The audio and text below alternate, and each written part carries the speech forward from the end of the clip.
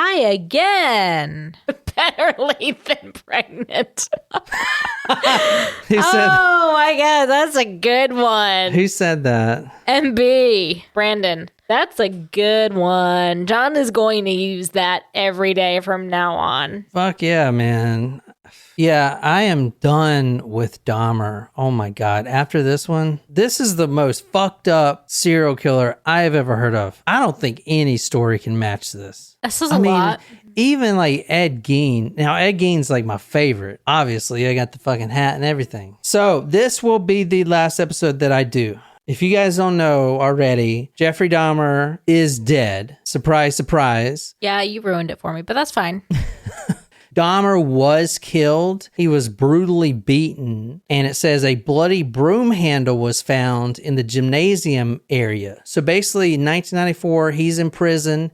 And an inmate gets him alone while they're on work duty and beats him to death, Dahmer. I'm going to do that case when I cover the guy that killed him. But this case is going to be on the Dahmbies, the Jeff zombies. Mm-hmm. Okay, you guys cool with that, right? Mm-hmm. All right. We're actually going back to Milwaukee, Jeff's apartment. We're going to go right before there's Jen. Late again. Jen, do you like John's shirt? You just missed the surprise shot segment. Stop. You can't even joke about that with Jen. You cannot. We would never do it without her. We did take a shot last episode, though, so that was legit. Yeah, I mean, Nicole's cool and all, but this shit ain't the same.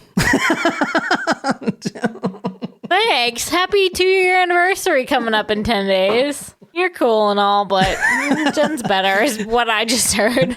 Dom's erotic friend fiction. Oh my God.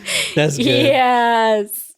We're going back to Milwaukee. This is right before he gets caught. This episode is freaking crazy. This episode is freaking true. Everything I'm going to tell you is true. This is intense and it's insane. And it's pretty freaking fabulous, I think, that someone would have the gonads to even think of this shit. I'm a little drunk, so I may be insensitive. I'm sorry. That was a little insensitive. You're like, this is amazing. Wait. All right, tonight we're starting right outside of Jeff's apartment. We're starting in his usual spots. He just left the bars. This is 2 a.m. in the morning.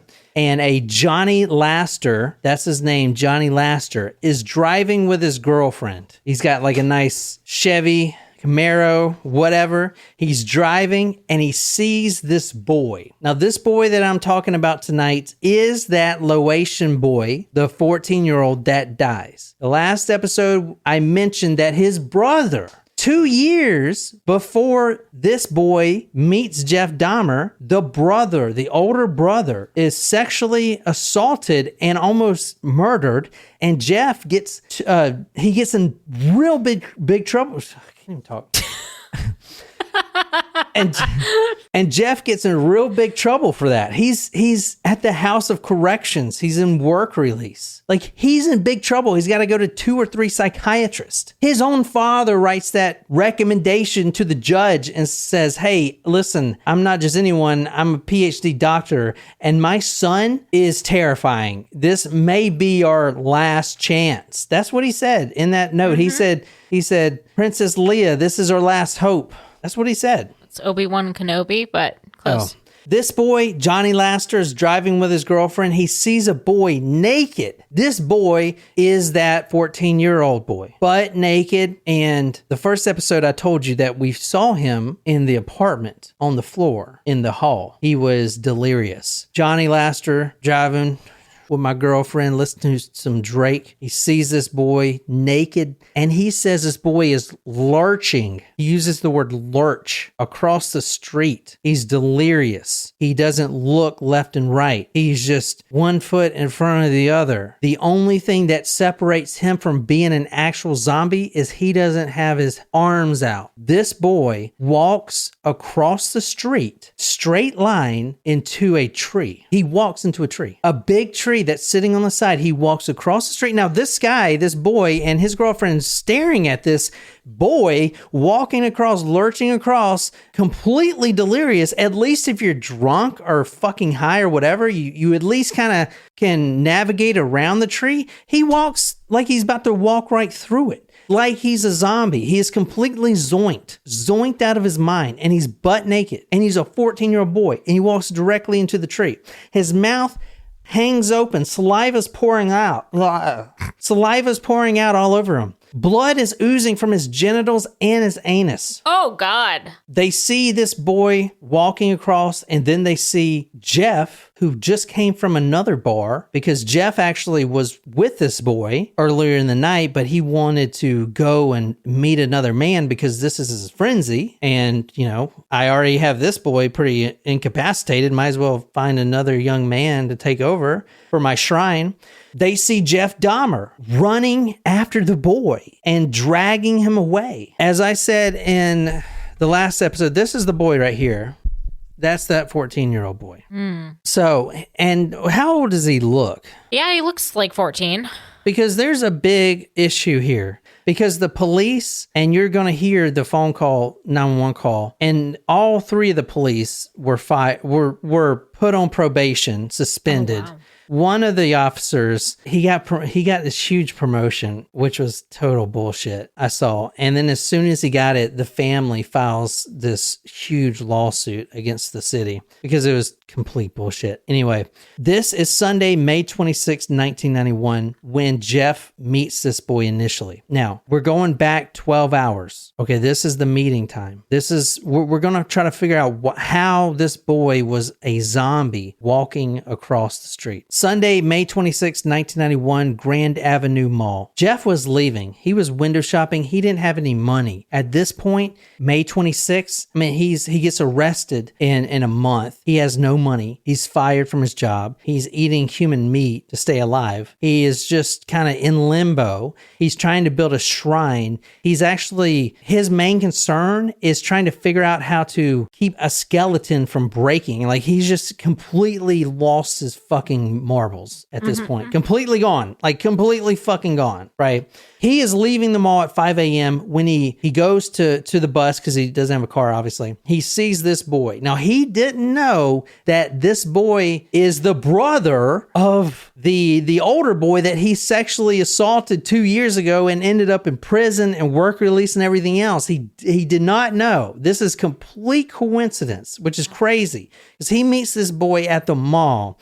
And he does his thing. He says, hey, I got $50 if you got some, if you want to strip at my place and show some of your flesh and stuff like that. He decides to do it. And we actually have those photos here. So you can see exactly what he would make them do or want them to do. And there's a theory that there's one pose that really puts Jeff over the line. And that's when the boy sticks his chest out like that. When a man sticks his chest out like that, like kind of like take me or whatever, that's when Jeff goes into a psychosis, like his full psychosis. From what the psychiatrists are saying, there's this one specific pose and he's fine. He's just taking pictures. Yeah, he's getting horny or whatever. But as soon as they go like this, that's it. They're dead. They're dead or zombie or whatever the fuck. That's it. So these are some of the pictures right here of what if you were at Jeff's house, this is what you would be doing. This is the $50 he's saying, he'll give you for these kind of poses. Mm-hmm. That pose at the bottom, you see that chest out like that. So that was probably right when this happened, right when he just lost it and went straight in. Nicole's reading from the book tonight, The Shrine of Jeffrey Dahmer by Brian Masters. Great book. Any book by him, but I'm telling you, man, he goes too far into like theology and all kinds of shit, man. You just get like, God, dude, what the fuck? I mean, it's really cool at first, but eventually you just like, dude, okay, wow, you have overthought this. It's a good book, though. I definitely recommend it. Having discovered that a corpse was only satisfying for a short period and that he would much prefer to have somebody who was alive but stayed with him, Having also determined that nobody would stay under the conditions he would impose, he came upon the idea that he could perhaps destroy a person's will by surgery and to keep him in a zombie-like deprived state of independent thought. All right, Nicole, tell me how he would do that. Reading that, what you just read, how would... I told you, he wants that shrine and everything, but the bones break down, the organic matter breaks down. His dad was a chemist, so he knows all this. He gets this idea that he needs to keep him alive. If he can zombify him somehow, how would he do that? How would you do that? If you wanted to keep me a zombie and just have me walk around with my shirt off and my ripped abs and just clean the kitchen all day, how would you do that? Well, I was thinking maybe he was doing drugging or chemicals, something, but this says surgery. So I'm almost thinking did he lobotomize them? At this point, this boy is passed out. He's drugged. And a 14-year-old, those sleeping pills, and when he has enough sleeping pills, he'll do about 6. He'll crush them up, put them in whatever, coffee, alcoholic drink, whatever. Put them in there. 30 minutes later, they're basically comatose. They're basically comatose. And you're about to see why. He gets this idea. He wants to destroy a person's will. So he goes over to this 14-year-old boy and he shakes him a little bit. You sure you're asleep? You sure? What if I shake you like this? You gonna wake up? Oh, I just scared my dog. Luna's like, I'm up. He's like, okay, you're good. You sure? No, he's good. He's good. All right. He gets behind him. This boy is laying on the bed. His belly is face down. His back is up. Jeff straddles him. He gets right behind him and kind of puts him in a full Nelson. He's got his right arm around him. Actually, his left arm. I would do my left arm. And he's right-handed, so it's probably his left arm. He's got him in that triangle choke. And then he does the surgery. And since no one has suggested what it was, I'll just tell you. Jeff then takes... Oh, no! He takes a drill... Luna is like, what the F? He takes a drill and right above the frontal lobe while this boy's sleeping, because he knows where the frontal lobe is. The frontal lobe it does everything with your coordination. If you didn't have a frontal lobe, you'd be completely zombified. This is your center, your coordination, your balance, and everything. So he's like, if I can get this thing right here, this frontal lobe disabled somehow. It's...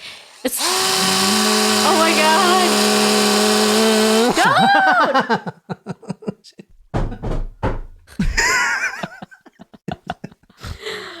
Uh-oh, we've gone to full reenactments, Brittany says. Damn it, I should have been wearing the glasses. Oh, shoot, do it over. Oh, shit. Luna is full, what? She is looking at me I don't know. I don't know about this one. So he drills a hole 3/4 back in the top of his skull, slanting down towards his frontal lobe. He penetrates the brain, the frontal lobe region, enough for where obviously he pulls it out and the brain matter comes out. But that itself does not zombify him. He next takes a turkey baster and he puts this stuff in it. This is muriatic acid. As you see there, it says etches concrete from the Home Depot. For pros and DIYers, this Clean Strip is the leading brand of solvents, thinners, removers, yada yada. Muriatic acid can be used to etch concrete, brighten concrete and masonry, or remove excess mortar from bricks. Or disintegrate someone's brain. He takes a turkey baster and he dips it in the muriatic acid and he squirts it into his frontal lobe. That's fucked. That is fucked. I don't have a lot of words for this. That is fucked. Do you guys even listen to this? Natasha's laughing. So those things would cause that's what creates a zombie effect, basically. Those two. This isn't something he looked up on the internet. He had the muriatic acid because when he was at Graham's house, he had to wash the blood off the concrete. That's why he has a muriatic acid. So this is a little science experiment on what happens. It's a science experiment. He does other ones, which we're going to talk about. He is experimenting trying to make these zombies because he is so fucking tired of these skulls breaking down and these bones disintegrating. He needs to keep this zombie alive. He waits a few hours. This boy is not dead, but he is surely fucked up. He's fucked up enough to walk right into a damn tree. Jeff waits a few hours. He says, this boy ain't moving anywhere. It's 1:30 a.m. Jeff goes out for a beer. 30 minutes. 30 minutes. He comes back, and guess who's not there? The zombie is not there anymore. He still left him. He left him. He walked out. Is this touching on the abandonment issues? Butt naked, the boy, the 14-year-old boy, walks out with a hole in his head with muriatic acid dissolving his frontal lobe, and he walks through the Milwaukee streets in front of a huge bar crowd. Okay, this is the 911 call. Okay, hi, I'm on 25th and State, and this is young man. He is butt naked. He has been beaten up. He is very bruised up. He can't stand. He's study fall out. He is butt naked. He has no clothes on. He was really hurt. And I ain't got no cord on him. I just seen him, and he needs some help. Where is he at? On 25th and State, the corner of 25th and State. The intoxicated boyfriend of another boyfriend. Well, how old was this child? It wasn't a child. It was an adult. Intoxicated Asian naked male was returned to his sober boyfriend, and we're at 8. Not a good look. Wow. That's real bad. That 911 call, and they think it's a race thing. There were 3 African-American young women, 17-year-old Nicole Childress. She's the one that made that 911 call. She says, okay, hi, I'm on 25th and State, and there's this young man. He's buck naked, and he has been beaten up. He's very bruised. Now, the whole time, the officers show up at this boy that's naked with Jeff there, and this woman, the Nicole, Good Samaritan, is saying, how old is he? He's a kid. He's a child. This is a boy. Ma'am, this is a police matter. This is a homosexual issue. These are sexual preferences. You need to back off. This is his adult lover. I have the whole interview transcript here. Wow. She keeps saying, are you positive? Because this child doesn't even speak English, ma'am. And they let him go? And then the officer, ma'am, I can't make it any more clear. It's all taken care of. He is with his boyfriend in his boyfriend's apartment where he has his belongings also. But what if he's a child? Are you positive he's an adult?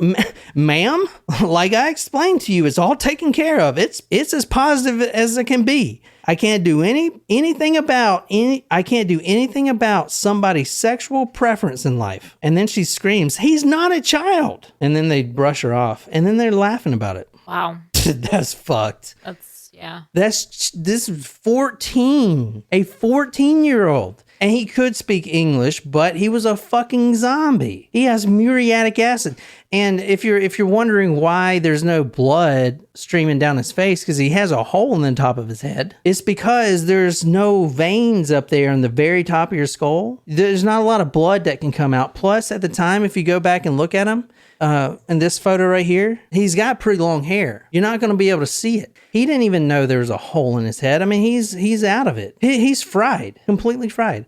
They go back to Jeff's apartment. They say, you need to take care of your sexual matters. Don't be letting your boyfriend walk around naked. And they let him go. Wow. And then a day later, he's dissolving in a vat of acid. And it would be another 2 weeks before, or about a month before he's finally arrested. Wow. That's crazy. Wow.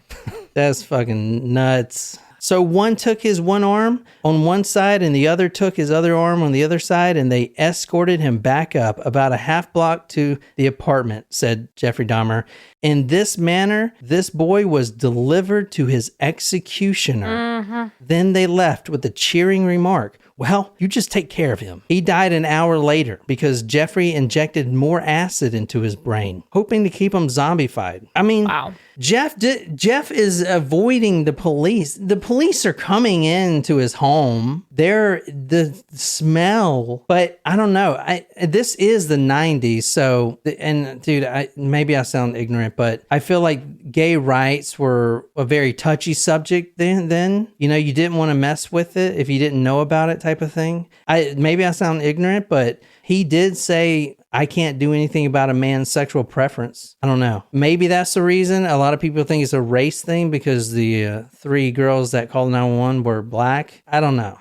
Maybe, I mean, fuck, I don't know, man. There's a lot of reasons why they like just didn't take the threat seriously. Yeah, but it was almost like they thought it was like a weird, like a kink, and they didn't understand. Yeah, like they were chalking it up to something that was, you know, related, but it obviously wasn't. I don't know. No, you're right. Okay, so now we're going to go through the frenzy until he gets caught, and that is very quickly. So I'm going to kind of go through real quick. I've showed you the victims before. May 26th is when he met the 14-year-old. May 26th. Okay, so June 30th, Matt Turner, 20 years old, bus station in Chicago. These are all the bodies in the apartment. That was June 30th. July 4th, Jeremiah Weinberger, and that is when he bought the 57-gallon barrel, the blue barrel that you saw in the photos. He bought that on July 12th. He bought that because he needed a place to store the bodies. They were piling up, and he wasn't getting rid of them. They were piling, and I wrote in here, it reminds me of your eBay business.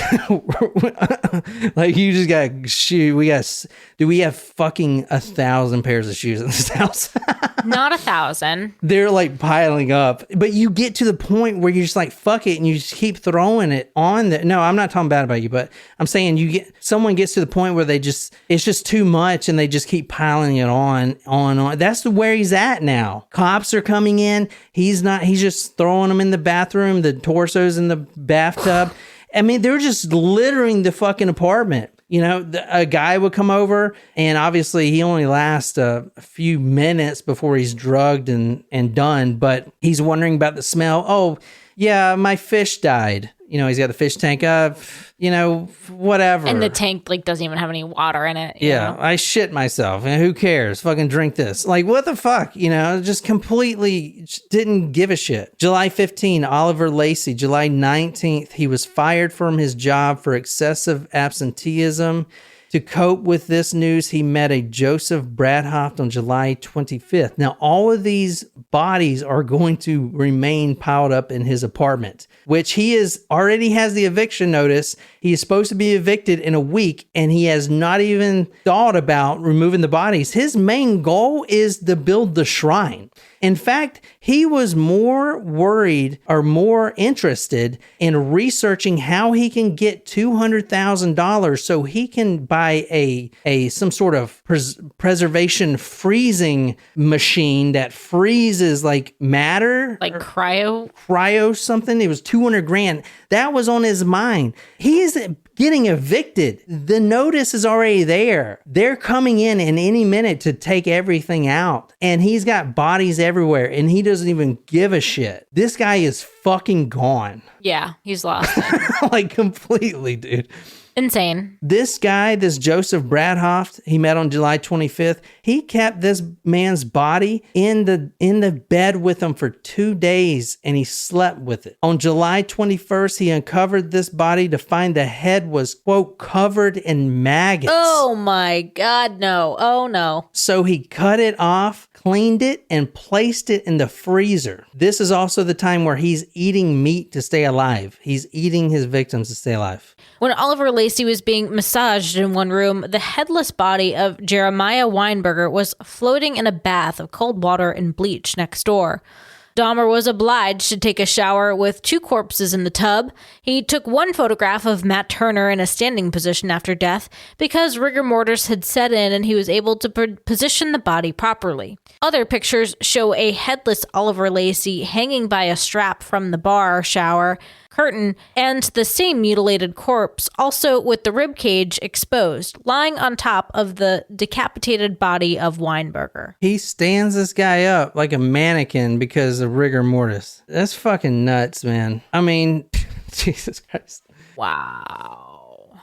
Wow. Oliver Lacey, completely defleshed for the shrine. He was the one on the shrine, as I showed you last time, you saw those two skeletons. He was the one that was supposed to be on the right side of the shrine, guarding it, the full skeleton. This was the first skeleton he was actually able to keep, but unfortunately, the police busted in and ruined it. Jeremiah Weinberger, he met him at 1355 North Wells Street, Carol's Bar, invited him home. He was with a few friends and they were very adamant that he does not go home with this guy. And keep in mind, Jeff looks good. Okay, I know cannibal, weird Jeff in prison is not good looking, but Jeff is a pretty decent looking dude, I mean, you got, what's his name playing him in fucking Netflix or whatever. What's that guy's name? I don't know who's playing him. The American Horror Story dude? I don't know. Anyway, he meets this guy, invites him home. Quote, he was very affectionate in the bar. He was giving me blowjobs right in the bar and everything. And this is what happened to him. You want to read that?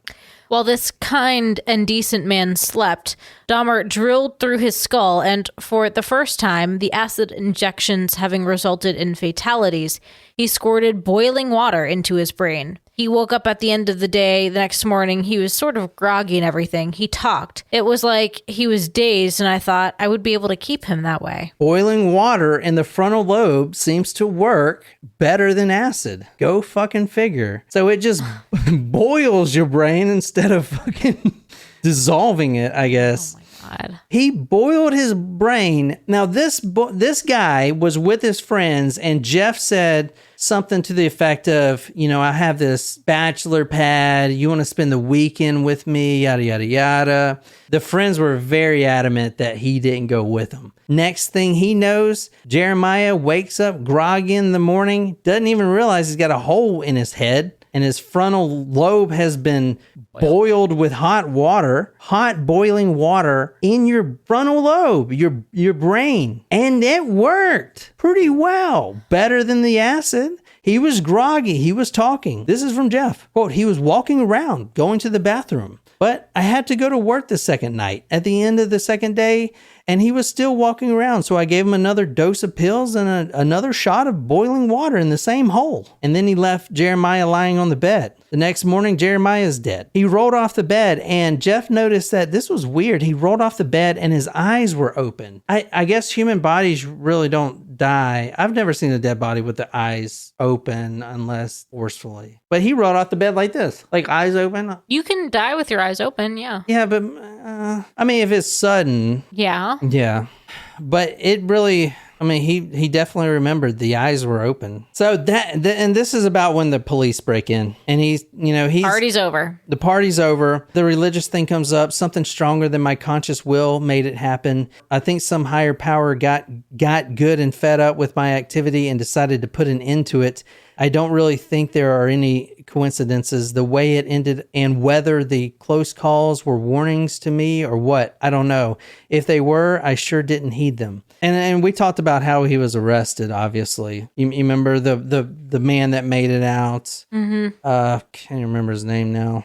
Tracy Edwards, the black man, the very first start, he runs out naked. And then 2 weeks prior to that, the cops go and find the boy we talked about. So this is real in rapid succession. Then he's pretty much done. They find the Polaroids and then find all the body parts. And that's basically it. Well, was he killed before trial was complete? No, he was sentenced and everything. Was he deemed insane? No, he was not, which is crazy because that was a definite point of interest for a lot of people. I honestly believe he should have been insane because, if you go back and listen to the episode, Ed Gein was considered insane. Ed Gein is like the ghoul, right? He is the archetype of this sort of deviant, cannibalistic, dark behavior, bestial behavior. And even he was considered insane, but all he did basically was string up that woman like a deer, and keep a bunch of heads as cereal bowls. What this guy silvered vulvas and things. Yeah, but so did Jeffy. And the same reason he's trying to preserve them. He would paint the the parts. The penises, not the vulvas, obviously. No, I know. I'm not. Yeah.